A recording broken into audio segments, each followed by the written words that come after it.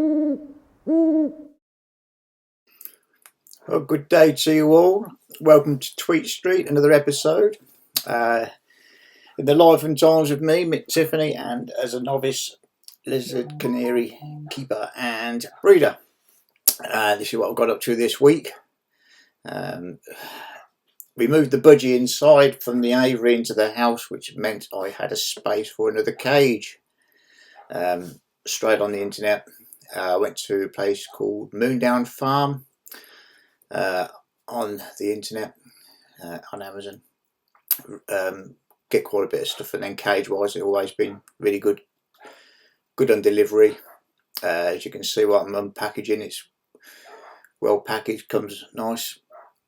Now I've had to mute this part of the video. I don't know if you guys do much DIY and how much you love it, but sometimes it makes your language come out strange, and you get words that rhyme with bucket come out quite a bit when you do things wrong, and that happened a couple of times here. So I've muted the video. You have a 50-50 chance of getting it right when you start assembling it.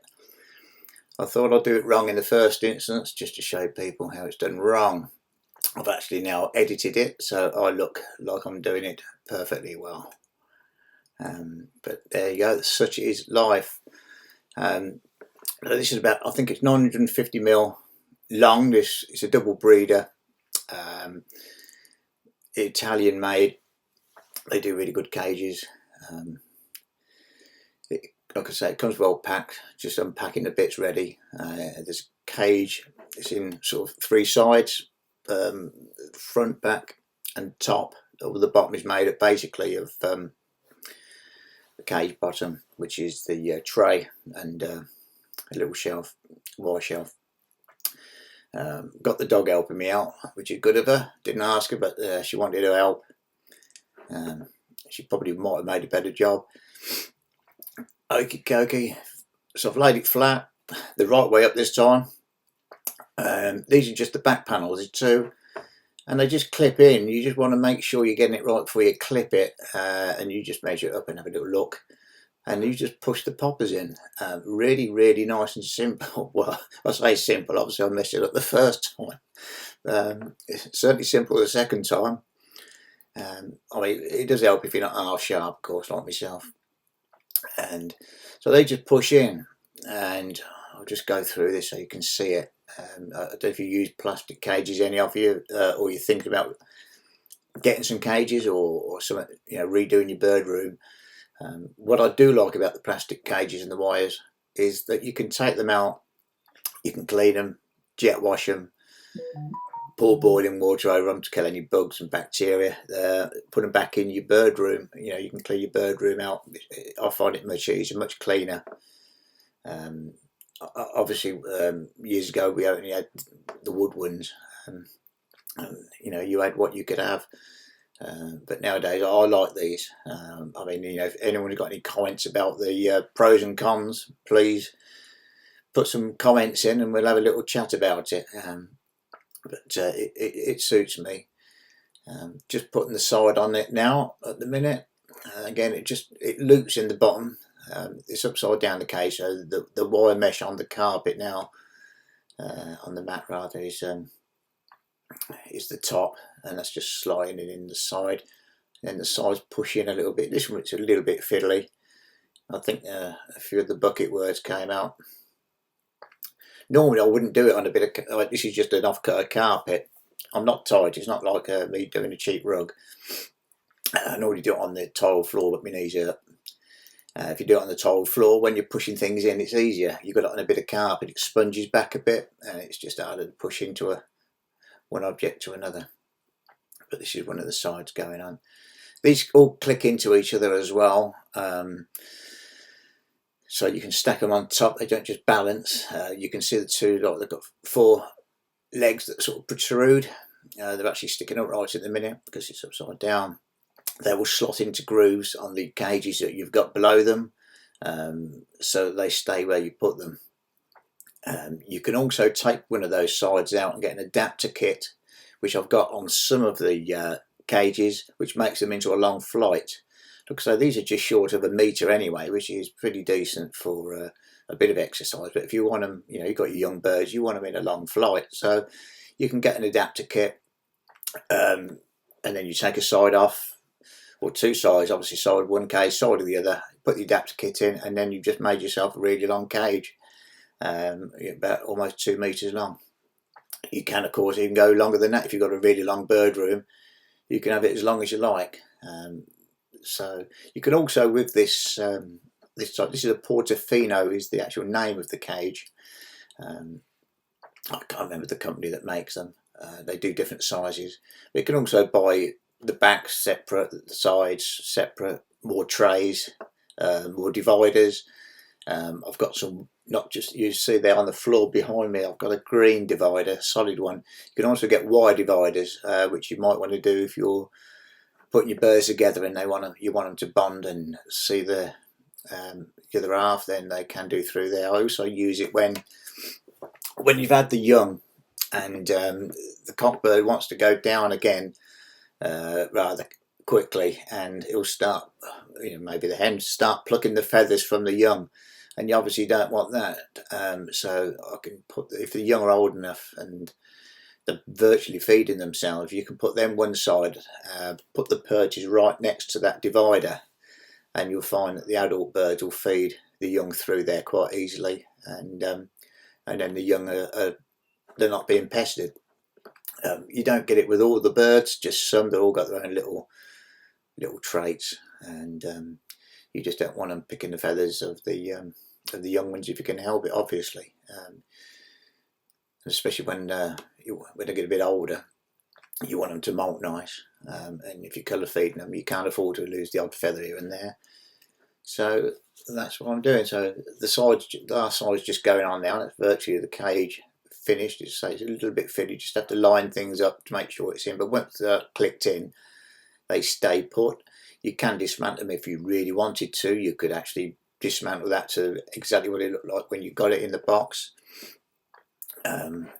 It also comes with all the feeders, drinkers, 2 different sorts of feeders. You get long trough feeders, which I tend to use later on in the year when I've got several birds in. It's a trough, it just pulls out the end, change the seed, push it back in again.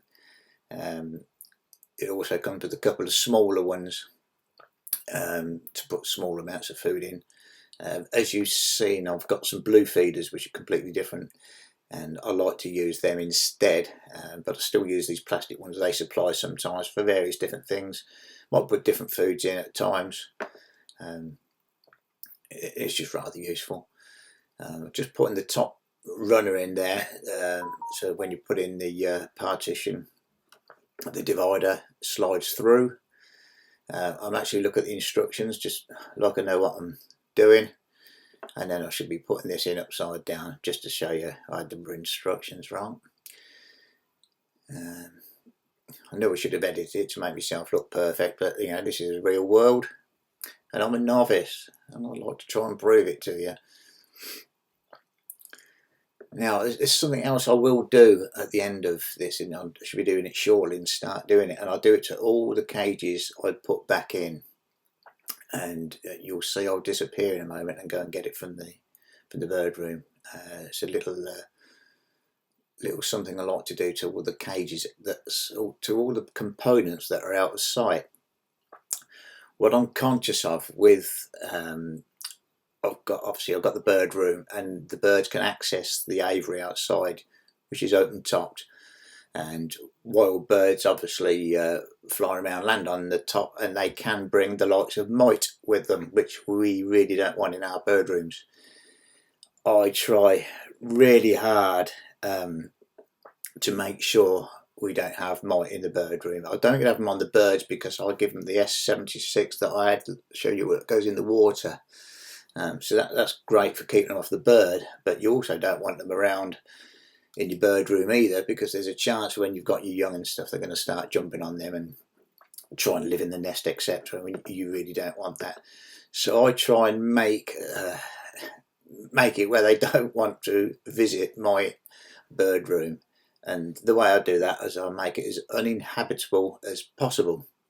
Now, like I say, all these cages come out, which leaves me with an L-shaped wooden shelf. I think it's called Dimitris earth. It's like a powder. It kills mite.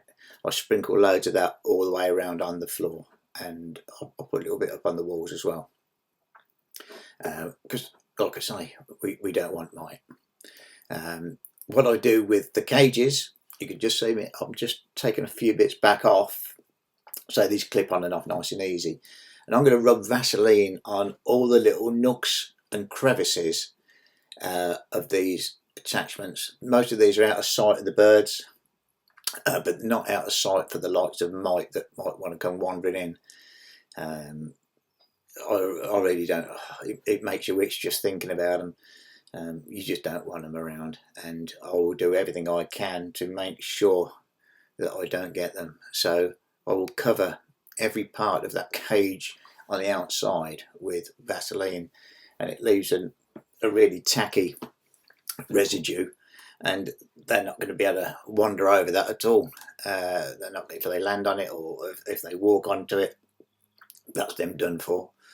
And that's what we want. So it goes in all the little tiny little gaps that you might, because mite, you give them a 1 millimetre gap between cages or a place like that, and you know, that's where they like, that's where they would like to live. You just got to make it as uninhabitable as possible, and then they won't move in. That's how I see it. I mean, you might have some other ideas. I also I will be putting a bug bomb in a probably during the week, maybe next weekend. So I'll clean everything. I'll take all the cages back out, make sure everything's clean. Like I said, I'll put this Vaseline all over the sides and everything. You can see me now, I'm just doing the tray as well that goes underneath. This is under the bottom of the tray. You get little ridges inside, around the edge rather. And I just rub it. It's only a thin layer, but you'll see how thick it is in a minute when I get it on a bit of tissue. And it also makes them slide in and out nicely when you put them back into the cages. I'll put the volume back on this bit, as you can hear the birds. There's no buckets in this bit, you'll be fine. Don't want any kids watching before 9, seeing me cussing. So there you go, you can see how sticky it is, look. Just wop it in all the little cracks and crevices that you might find bugs and bits that you really don't want. And it's just another way of keeping stuff out of the way. You can use it on your birds as well. I had a bird with an injured foot, and I had it a little lukewarm bath with some tea tree. I'll drop a tea tree and some warm water. Clean the foot, put some Vaseline around it. Done that for 2 days, absolutely fine, and foot healed up, brilliant. So multi-purpose, and just wiping it all over. Even when you wash the cages, even with the jet washer afterwards, you still get a tiny tack to it. Even jet washer, because it's a cool wash, you're doing it, you still leave the residue. So you know, mite just aren't going to sit on it. They're not going to like it. So, and they're not welcome. You can put little signs out to say mite not welcome, but they can't read. They ignore it. They'll be in if they can. So I will try everything. Certainly want to start the year off with not one mite in your bird room in aviary. Like I say, because it's open to the outside, birds jump on the top. I mean, wild birds, probably full of mite. Used to do some bird ringing with the British Trust for Ornithology, and you jumped up and looked in some of the nest boxes with blue tits in. Poor old things, they'll be crawling.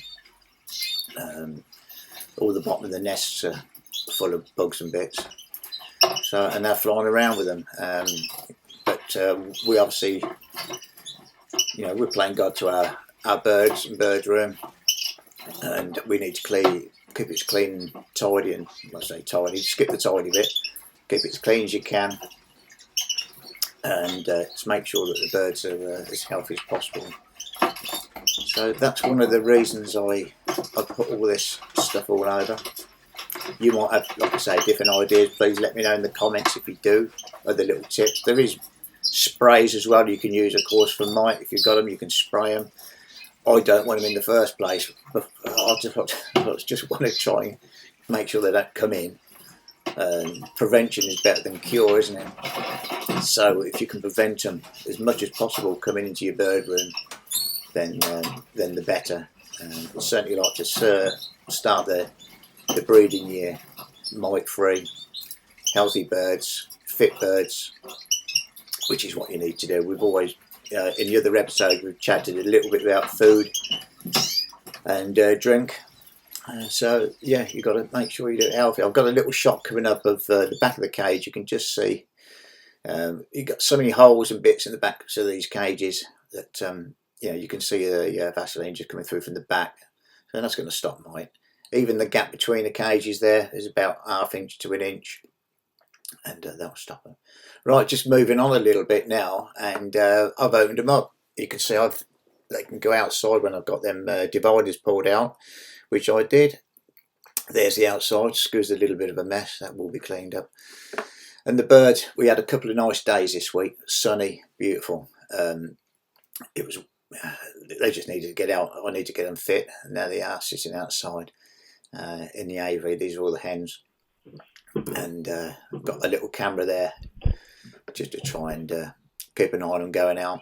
Unfortunately, the cameras I got, they don't focus really close in, and when it comes to actually breeding, I want to get a camera right above the nest pan, and so I want you to be able to see the birds probably making the nest, laying the eggs, and when the hen's sitting on the eggs, she's so content. She just made the nest that fits her perfectly, and she's sitting on eggs. She looks really mega smug. She loves it, and it's a lovely sight to see. And she'll sit on them for 14 days before they hatch, and then you'll be able to see hopefully some young ones being fed, how quick they grow, and they, crikey, don't they grow.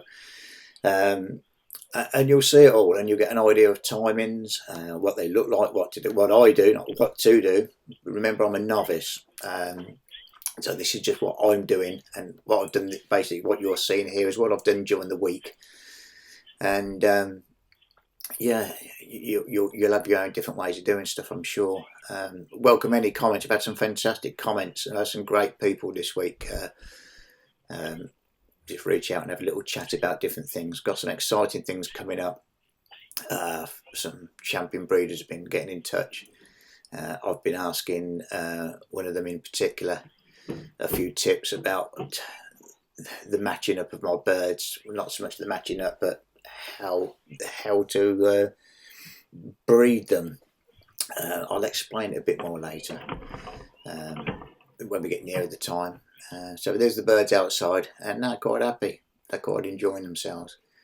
They've been out there for a couple of days. We do have to be mindful of the weather. We've had some dreadful rainy days, and most of these birds have been used to last year going out, so they're used to it. But I've got some new birds who aren't used to going out, so sometimes they find difficulty in getting back with the rest, and they'll sit outside. Don't really want them sitting outside in case it rains overnight, so I did bring them in before I went to work at night and made sure they came in. I don't want to lose any of the hens. I mean, crikey, the idea of this is to get a bit of sun on them, get them fit, ready for breeding. And so back in the bird room. There they all are. They're all quite happy. Now I've got an escaper. You can see it on the middle cage in front. Straight in with a small net. Nicely. You haven't got to throw the net around. Got a really soft one. Take the bird out carefully, and you've recaptured your bird. It got out when I was trying to move some bits out, just checking them over, and she got out. I'm just holding the bird in what we call a ringer's grip. Which is the correct way to hold a bird of that size. Just check her over, she's fine. She just had a little fly around in a circle, went back to where she came out of, which gave me a chance to go and get the net and just gently catch the bird, just putting it back in. I took the birds out, I was looking at them and I was just checking the ring numbers and just making sure I got the right descriptions, because I was going to be doing this. This is me pairing up for this season now coming up. I'm going to try and do 4 different lines. Obviously the red area you see is 1 male bird, 4 female birds, different females. He's by far the best gold cock bird I've got. He's done well in a show, and the hens that he's with, all my best hens are silvers, conveniently non-related to him as well. So that red line will be what I think will be my best, or my possibilities for my best bird this year when they breed. Now I can't have them bonding, obviously, because he's going between 4 different hens. So that's we'll tackle that a bit nearer the time. Then I've got a yellow line again. He's got 3 hens he's got to deal with. The blue one is just a cockbird with 2 hens. That's what I do. I list them all up: silver hens, gold hens, silver cocks, gold cocks, and I'll cross them off. I've done like a green, amber and red. The red doesn't mean they're rubbish birds, it's just the colours of the traffic light system. So I just went for me green birds are the ones my very, very best. I had to make sure also that they're not related in any way, shape or form. So on the reds, the gold cock's not related to any of those birds, obviously. Even though there's a mother and daughter there, he's going to be looking after this year. It's just different lines. There is a little green area, so that's just the 1 pair that I will let bond when they breed, which is how I've normally bred. Last year I did have a cockbird over 3 hens, and it worked really well. The hens reared the young very well, and I thought, well, this year, if I've got this good bird, I'll try it again. So I've got some, one pair is going to bond. The Rasa canaries I've got will bond as well because they have a pair. The rest I can't afford to bond, so that's going to be a bit of jiggery pokery, which should be quite interesting. So, and that's what I've been up to this week. So thanks very much for listening to me waffle on a little bit. Hope you got some. Thanks for all the comments. I really welcome the comments. If you want me to mention anything on your behalf, whatever, please just let me know. And please like, subscribe and share if you're happy to do so. That would be fantastic. These are just some of the gold hens. So take care, everybody, and I'll try and get another episode done next week, and hopefully show a bit more. Bye bye.